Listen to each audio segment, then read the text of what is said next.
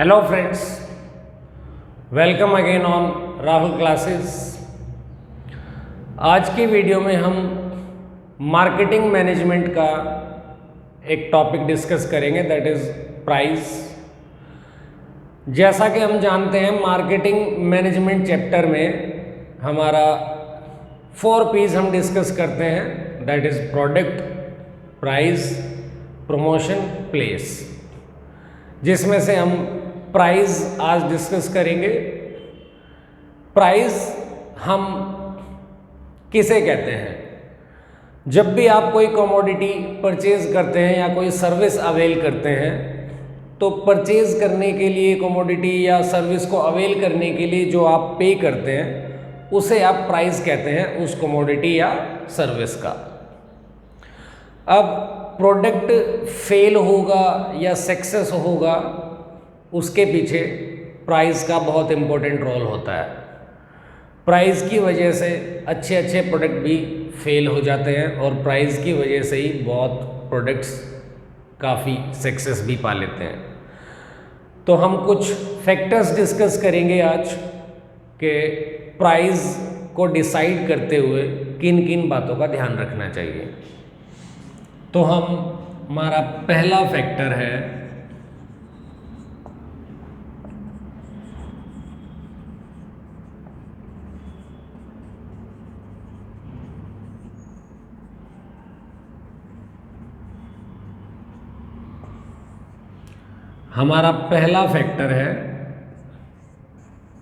Pricing objective.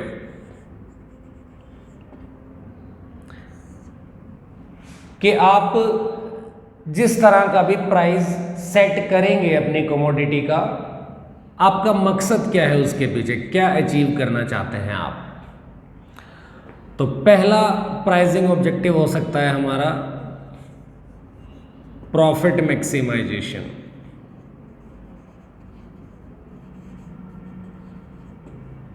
आप profit को maximise करना चाहते हैं, तो प्रॉफिट को जब भी आप मैक्सिमाइज करना चाहेंगे तो आप कमोडिटी का प्राइस जो है वो हाई रखेंगे।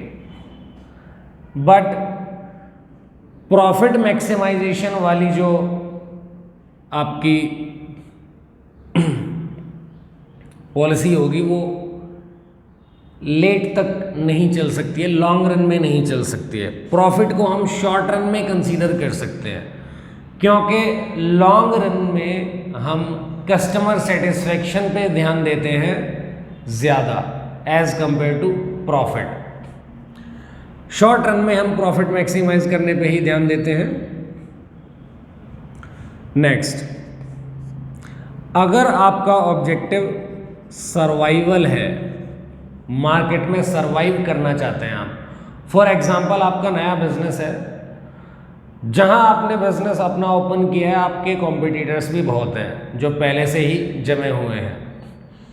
ऐसे केस में अगर आप प्राइस ज़्यादा चार्ज करेंगे तो आप ज़्यादा दिन तक टिकने वाले नहीं हैं, क्योंकि कस्टमर तो दूसरे पे मूव कर जाएगा अगर आप ज़्यादा चार्ज करेंगे तो अगर आप अपना सर्वाइवल मेंटेन करना चाहते हैं कि आप मार्केट में बने रहें, तो आप ऐसे केसेस में प्राइस को लोअर रखेंगे। नेक्स्ट, अगर आप चाहते हैं प्रोडक्ट लीडरशिप,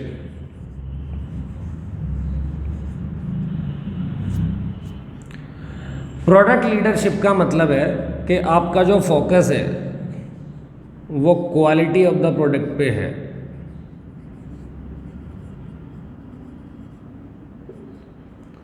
आप प्रोडक्ट की क्वालिटी बहुत अच्छी दे रहे हैं, आप चाहते हैं कि मैं प्रोडक्ट का लीडर बना रहा हूँ, मेरे से अच्छा प्रोडक्ट किसी का ना हो। फॉर एग्जांपल एप्पल के जो फ़ोन है, स्मार्टफोन्स, उनकी quality as compare to other brands काफ़ी अच्छी है और एप्पल के फ़ोन महंगे भी बहुत ज़्यादा हैं। तो ऐसे केसेस में जो बिज़नेस है वो हाई प्राइस चार्ज करेगा, क्योंकि वो क्वालिटी तो सबसे बेहतर दे ही रहा है, प्रोडक्ट का लीडर बनने चाहते हो। नेक्स्ट है हमारा मार्केट लीडरशिप।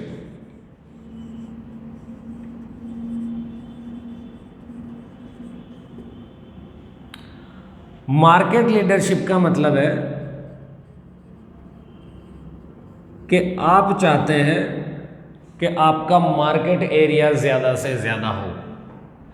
तो मार्केट एरिया आपका ज़्यादा से ज़्यादा तब रहेगा, ज़्यादा से ज़्यादा कस्टमर आपके तब रहेंगे जब आपका जो कमोडिटी का प्राइस है, प्रोडक्ट का प्राइस है, वो कम रहेगा। फॉर एग्जांपल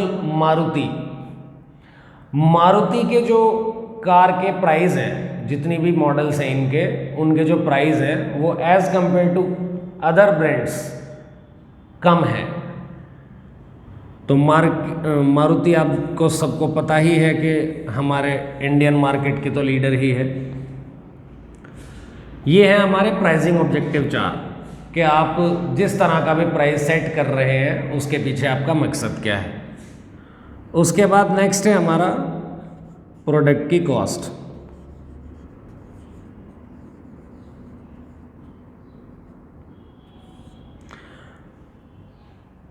प्रोडक्ट का प्राइस आप क्या रखेंगे ये काफ़ी हद तक प्रोडक्ट की कॉस्ट पे भी डिपेंड करता है, क्योंकि अगर आपकी कॉस्ट ही नहीं कवर होगी तो फिर बिजनेस ही बंद हो जाएगा एक टाइम पे, लॉस बियर करते करते। तो जब भी हम प्रोडक्ट का प्राइस डिसाइड कर रहे हो तो उस प्रोडक्ट को बनाने में लागत कितनी आई थी हमारी वो भी कंसीडर की जाती है। और जितनी हमारी लागत आई हो, अगर हम मान लीजिए नो प्रॉफिट नो लॉस पे भी चल रहे हो, सिर्फ सर्वाइवल ही देख रहे हो, तो हमें लोवेस्ट प्राइस अगर हम सेट करें तो प्रोडक्ट कॉस्ट हो सकता है वो लोवेस्ट प्राइस, क्योंकि इससे कम में तो बेचेंगे नहीं, क्योंकि प्रोडक्ट की कॉस्ट से भी अगर हमने कम में बेच दिया तो हम लॉस बियर करेंगे फिर, और लॉस हम कब तक बियर करेंगे, एक दिन हमारा बिजनेस ही बंद हो जाएगा। प्रोडक्ट की कॉस्ट में हम 2 तरह की कॉस्ट इंक्लूड करते हैं, एक फिक्स्ड कॉस्ट,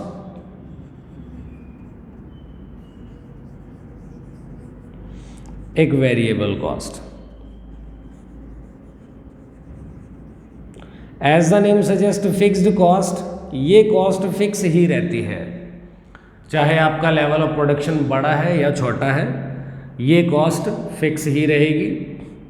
वेरिएबल कॉस्ट हमारी अकॉर्डिंग टू प्रोडक्शन वेरी करती है, जैसे जैसे हमारा प्रोडक्शन बढ़ेगा वेरिएबल कॉस्ट बढ़ जाएगी, अगर प्रोडक्शन घटेगा तो वेरिएबल कॉस्ट डिक्रीज कर जाएगी। तो जब भी हम लार्ज स्केल पे प्रोड्यूस करते हैं तो कॉस्ट पर यूनिट हमारी कम आ जाती है, क्योंकि फिक्स्ड खर्चे तो वही रहते हैं, सिर्फ वेरिएबल कॉस्ट बढ़ती है जब भी हम लार्ज स्केल पे प्रोडक्शन करेंगे, फिक्स्ड हमारी वही रहती है। इससे कॉस्ट पर यूनिट डिक्रीज कर जाती है जब भी हम लार्ज स्केल पे प्रोडक्शन कर रहे हो। थर्ड है हमारा यूटिलिटी एंड डिमांड। आप प्रोडक्ट का प्राइस सेट करते हुए ये देखते हैं कि मेरा जो प्रोडक्ट है उसकी डिमांड कितनी है, वो कितने यूटिलिटी प्रोवाइड करेगा कस्टमर को, उस बेस पे आप प्राइस चार्ज करते हो। फॉर एग्जांपल ये मार्कर है, ये मार्कर सपोज 25 रुपये का है, बट ये मार्कर मुझे पता है कि पूरी मार्केट में मेरे पास ही है और आपको बहुत ज़्यादा रिक्वायरमेंट है इस मार्कर की, तो ऐसा नहीं कि 25 रुपये में ही मैं सेल करूँगा, आपकी यूटिलिटी के हिसाब से ज़्यादा प्राइस भी चार्ज कर सकते हैं। तो प्रोडक्ट की डिमांड पे डिपेंड करेगा कि प्राइस कितना है। नेक्स्ट है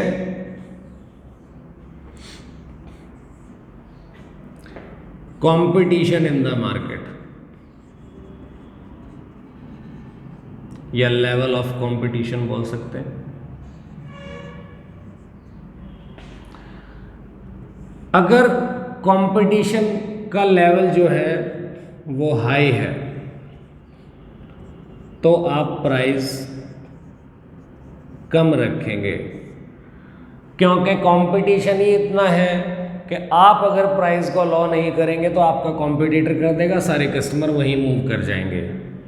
और अगर नो कंपटीशन है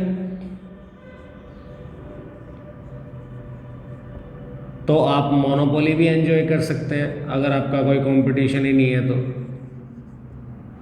और मोनोपोली एंजॉय करने का मतलब है आप हाई प्राइस चार्ज करेंगे, जो आपका मन करेगा वैसा प्राइस आप चार्ज करेंगे। और थोड़ा कंपटीशन है तो भी आप प्राइस को ठीक ठाक रख सकते हैं, हाई प्राइस चार्ज कर सकते हैं। नेक्स्ट है हमारा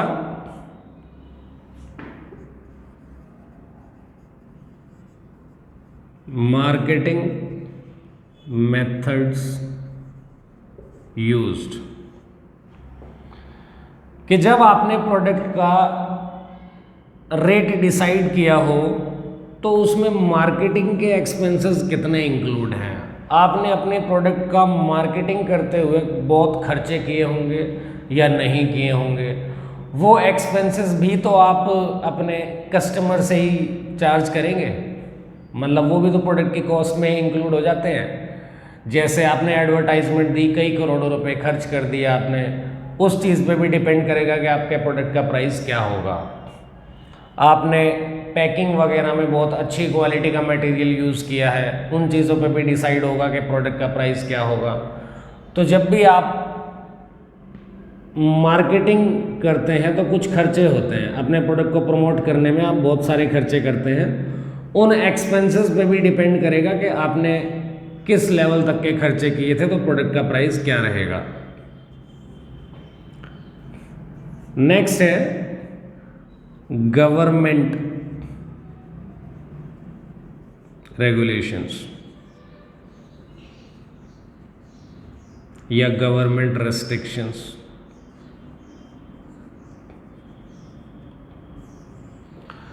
कुछ हमारे नेसेसिटीज़ वाली आइटम्स होती हैं जिन पे हम अपना ज़्यादा से ज़्यादा प्राइस, या ये कह सकते हो कि मनचाहा प्राइस हम चार्ज नहीं कर सकते, उन पे गवर्नमेंट रिस्ट्रिक्शन लगा देती है कि इससे ज़्यादा आप प्राइस चार्ज नहीं कर सकते, तो हमारा मैक्सिमम वही प्राइस रहेगा जितना गवर्नमेंट ने लिमिट लगाई हो। और लास्ट है हमारा capacity of the buyer, paying capacity.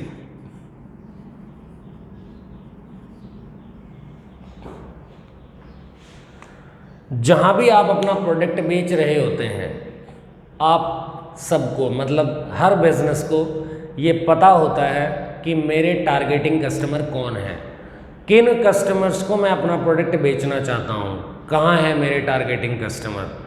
तो कस्टमर को ये भी पता रहेगा, अपने टारगेटिंग कस्टमर को ध्यान में रखते हुए बिजनेसमैन को ये भी पता रहेगा कि मेरे जो कस्टमर्स हैं उनकी पेइंग कैपेसिटी क्या है, वो मेरे प्रोडक्ट के लिए कितना प्राइस देने को तैयार है, कितना पैसा देने को तैयार है, उस बेस पे भी प्रोडक्ट का जो प्राइस है वो सेट होता है। कहीं ऐसा ना हो जाए कि प्रोडक्ट का जो प्राइस है वो ओवर प्राइस लग रहा हो और कस्टमर की कैपेसिटी में ही ना हो उतना पैसा पे करना, तो आपका प्रोडक्ट जो है वो फेल हो जाएगा। तो आपको अपने टारगेटिंग कस्टमर के पॉइंट ऑफ व्यू से सोचना है कि वो कितनी कैपेसिटी रखते हैं, जिस तरह का हमारा प्रोडक्ट है, कौन लेगा हमारे प्रोडक्ट को, तो उनकी पेइंग कैपेसिटी कैसी हो सकती है, उस बेस पे भी आप अपना प्राइस सेट करते हैं। उम्मीद है आपको सारे प्राइस के अफेक्ट करने के जो फैक्टर्स हैं वो क्लियर हो गए होंगे। 6-7 फैक्टर्स पढ़े हमने। अगर आपको वीडियो अच्छी लगी हो तो प्लीज़ लाइक करें, अपने फ्रेंड्स के साथ शेयर करें और हमारे चैनल को सब्सक्राइब करें, ताकि आने वाली वीडियोस के लिए आपको नोटिफिकेशन जो है वो सबसे पहले मिल जाए। Thank you.